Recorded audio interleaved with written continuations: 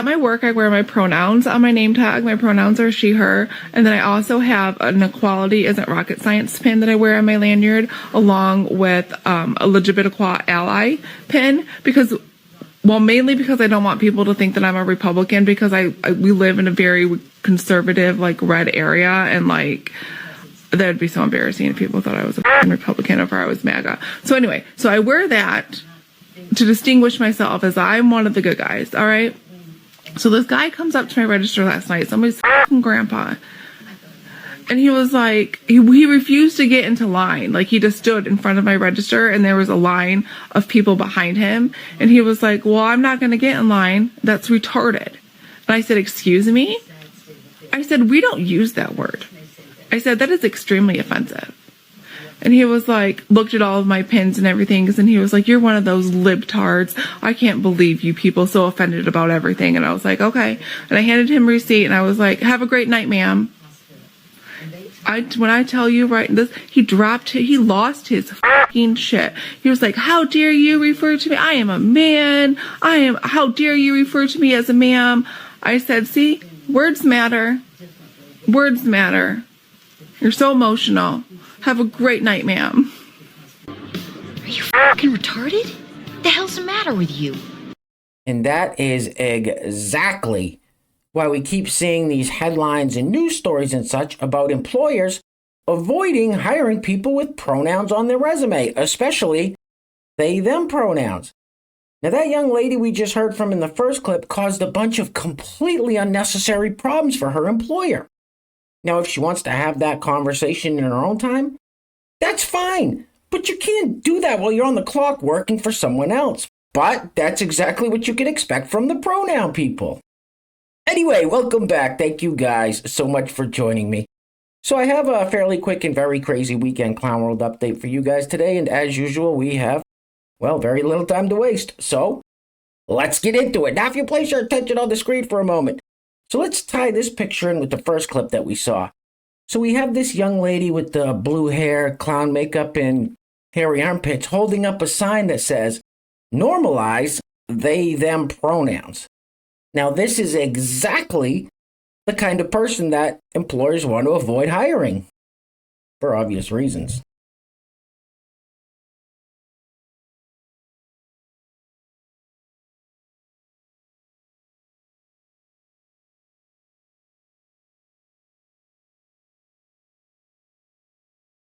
Let's keep this party rolling with what quite possibly might be the most Trump-deranged Hollywood celebrity on the planet, actor Jennifer Lewis.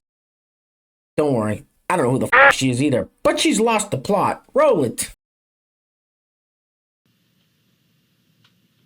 As soon as he takes the oath, he will have generals walk down the steps of the Capitol. He will take a hammer and break the glass where the Constitution is, and he will tear it up in our faces. And say, now, I'm the king of the fucking world. You will bow down, bitches. He will punish everybody that didn't vote for him. Let me tell y'all how I know this shit. I know it because I know what mental illness looks like. That mania is unstoppable.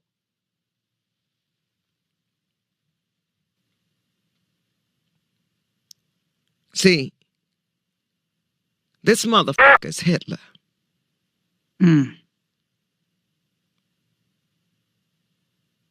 He didn't come to play. She's fit for a straitjacket. This broad's 3 ways towards the weekend. Now, for those of you that have been here watching these videos for a while, you're probably well aware that I have a real childish sense of humor. Well, that's going to show through on this next clip. Now, this fella, for whatever reason, cannot say in the beginning. He just can't do it. He tries and tries, but he can't get it out. And I can't stop laughing every time I watch this. Roll it. In the beginning, in the beginning, yeah, in in the Listen properly. in the beginning. Yeah. In the beginning. In the beginning. In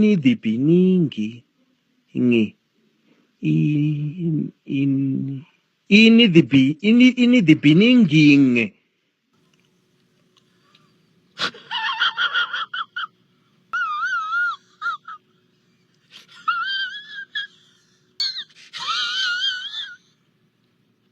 I especially like the part where he did the little shimmy up there at the podium thinking that was going to help him say the word beginning, and he just wasn't going to get it. He needs to go home, recoup, come back and try again another day. Anyway, next up. So I like when these people tell us, oh, trans women are just trying to live their true selves. They're not these creepy, weird pervs getting into the ladies' restrooms and locker rooms. They're just real women living their true selves. Really, roll it. You play with, sweetie? Amanda. Oh, who are you? I'm Amanda. I'm 6. Okay, that's not creepy. Yeah, so if they're just trying to be their true selves, go ahead and explain that. Anyway, next up. So this individual with the hairy chest is a biological man that identifies as a trans woman, and he's going to sing the Clap Your Hands song where he brings up trans children. Now, they don't seem to understand that what little support they may have had from certain people goes right out the window when they start talking like that. Roll it. Support trans people, clap your hands. If you love trans people, clap your hands. If you think trans folks are hot and you like us a lot. If you think trans folks deserve basic human rights and shouldn't be attacked for simply existing, and we also need to protect trans children from being targeted by old white people who have never met or spoken to a trans person in their entire life, then clap your hands. No. No, man. Shit, no, man. So this individual who is a biological man that identifies as a trans woman is going to tell us about his hospital visit because his wedding tackle was a bit hurty. Roll it. I had to go to the ER yesterday because one of my tested gals were a bit hurty. I spoke to a nurse on the phone and they sent me there. I'm sure my call wasn't easy for them. On one hand, I'm a woman, so they normally just tell me to take an aspirin and shut up. But since I mentioned testicles, that set off alarm bells. Or alarm balls? The whole thing was very scary.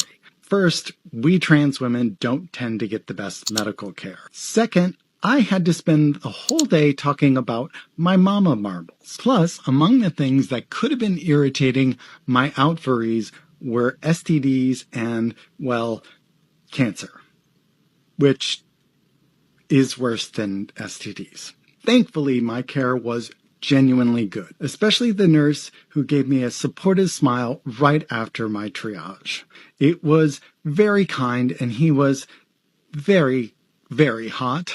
I can't remember all the details because at the time I was worried that one of my girl nads was trying to kill me, but I'm thinking like 6'2", maybe 6'3". DM me.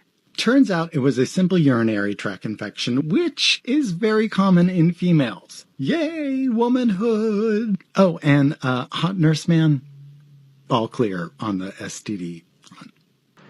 What the hell did you just say? It was very kind, and he was very hot. This sounds very gay. So things are getting really weird out there on the interwebs, and this next clip is a perfect example of that. Now, this old timer has a very specific request. Roll it. Hi.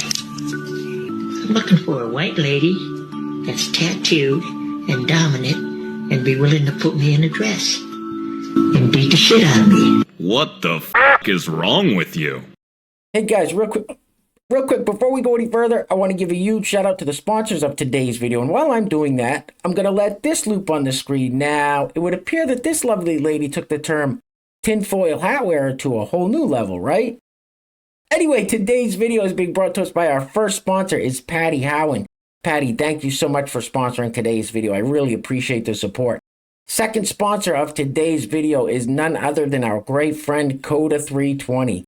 Once again, and as always, sir, thank you so much for your kind words, generosity, and support. It's always greatly appreciated. And I know I say this every time he sponsors a video, but Coda320 is one of those people that keeps my faith in humanity alive. And in these crazy times, that is needed now more than ever.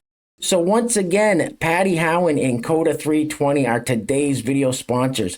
Now, if you'd like to sponsor the next video and help support the channel, there is a PayPal link in the description box below, and I will say your full name as a sponsor of said video unless stated otherwise by you. All right, we've seen enough of this. Get this off the screen, please. Oof.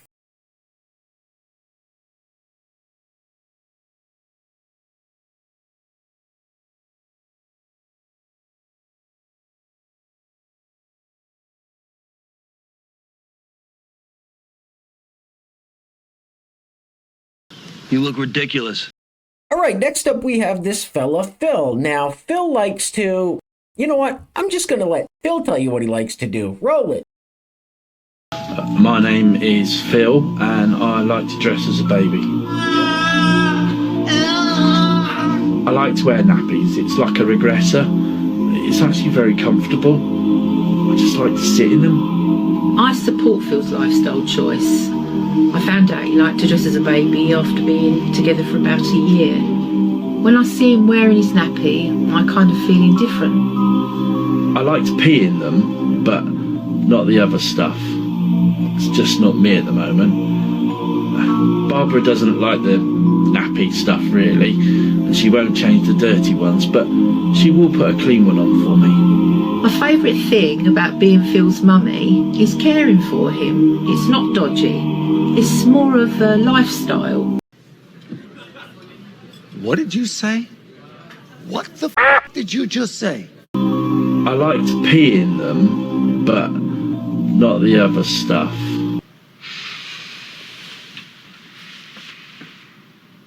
Man, you are one twisted f***.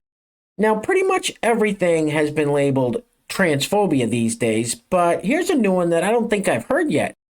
Complimenting a trans person is now transphobia. Roll it. I want to make it clear that the compliment, "I had no idea you were trans," is rooted in transphobia. Yeah. Just ask yourself, why is this person's transness something they should be happy that I didn't perceive? It's kind of like, it gets handed to you on a silver platter. Like, yeah. And it sucks because, like, for a lot of us, even if we've unpacked all this stuff, like, it still feels good to hear.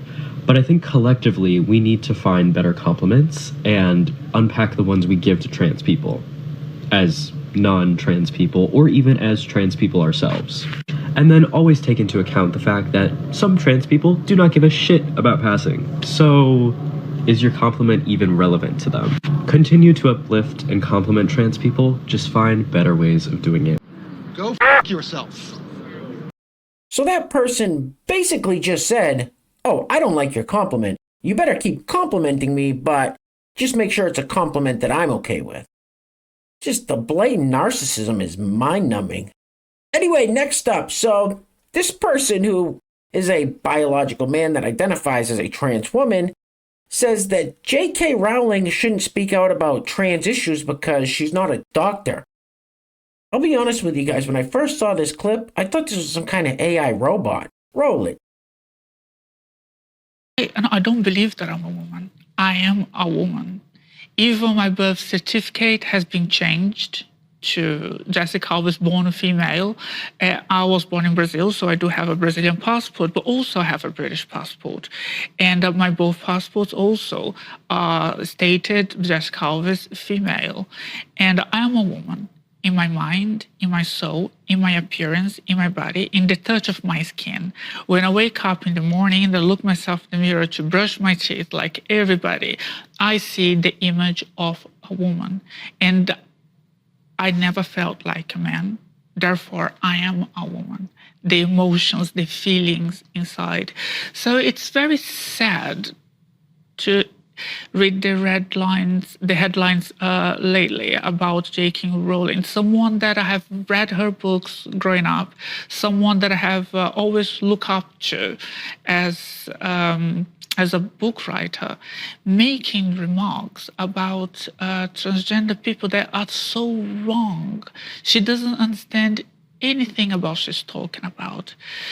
She's not a doctor. She's not a trained doctor. She's a book writer. And I think that she should stick to what she knows best. The hell are you supposed to be? All right, guys, we're going to be wrapping it up with this clip of some sort of committee meeting going on in Connecticut, and they're trying to get this bill passed. And I'll let you guys hear about the inclusive language this lady's trying to get put into the bill. And I actually think this lady's a senator. Who votes for these people? Anyway, real quick, I just wanted to remind you guys to go check out the Etsy store, Red Clover Fields. Now, many of you know that is my wife's Etsy store, and she's got some fantastic stuff on her website. So if you're looking to boost your immune system or looking for some other natural remedies, definitely go peruse her store. I will put a link to that in the description box below. Anyway, things are clearly getting very crazy out there, guys, so please take care of yourselves. Take care of each other. Till next time, love you guys. Peace. Roll it. So, Senator Marks? Thank you, Madam Chair. So I am a mother. My children call me mother. They call me quite a few other things as well. And I just, to the proponents of this amendment, if we are going to be inclusive, would you also add then pregnant father, pregnant surrogate mother? I truly believe that pregnant person covers everybody. This is not about me. This bill is not about me. And this bill is not about any of us sitting here. This bill is about children with mental health. And that is what we have to remember. And we have to remember that the families that this bill is addressing are made up of lots of different kinds of people, lots of different colors, lots of different identities. And I just ask that if you must add pregnant mother, that you be inclusive then, and I believe go down a slippery slope and add every other person that will show up with a baby in their womb and will not identify as you do. This is not about us. This is about children with mental illness. I will adamantly oppose this bill, and I hope that everybody really thinks about the children and families that this bill is affecting, and not about what we think and my, as we sit here debating this bill. Thank you. What did you say? If we are going to be inclusive, would you also add then pregnant father? But that's simply not possible. And you ain't black.